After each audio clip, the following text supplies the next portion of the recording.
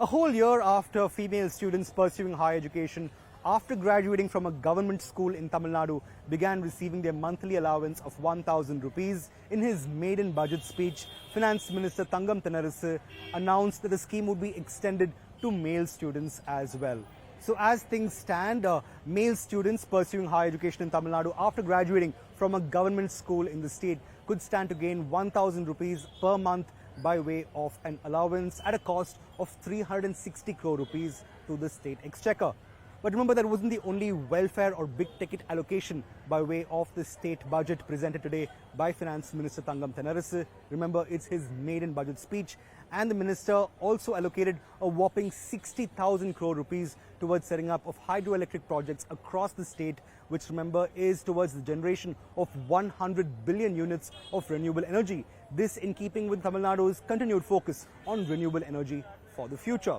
A whopping 12,000 crore rupees have also been set aside towards development and extension of an ongoing phase 2 of the Chennai Metro Rail, even as 3,500 crore rupees, one of the more admirable announcements, have also been allocated towards building 8 lakh homes to shelter the state's homeless population.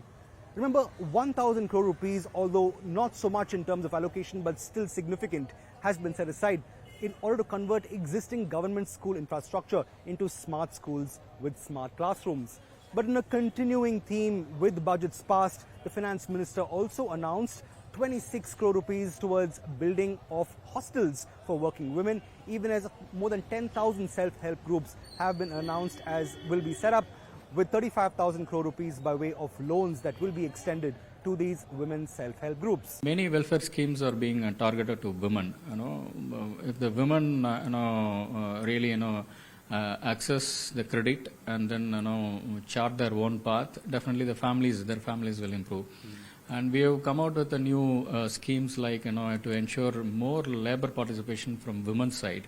That we have come out with many schemes to payroll subsidy and other things, and all. Maximum women empowerment can happen if they are getting employed. However, in what is not great news for the state of Tamil Nadu, fiscal deficit has only inched down marginally. It was about 3.46% of the state GDP last year. It's come down merely by negligible extents to about 3.45%, even as projections don't look great either, 3.44% for the next year. In fact, revenue deficit numbers have also widened. The government says that's on account of twin disasters last year by floods and cyclone, both in Chennai and southern districts. However, the good news is the fact that revenue projections look great for FY25. That's 1.95 crore rupees, which is about a 14.7% increase from existing revenue calculations. What also turns out as good news for the state of Tamil Nadu is the fact that its share of tax devolution from the centre is also all set to rise by about 7.4% to a very healthy number, which is of course in direct contravention to what the state has been arguing, that it hasn't been getting its due just yet.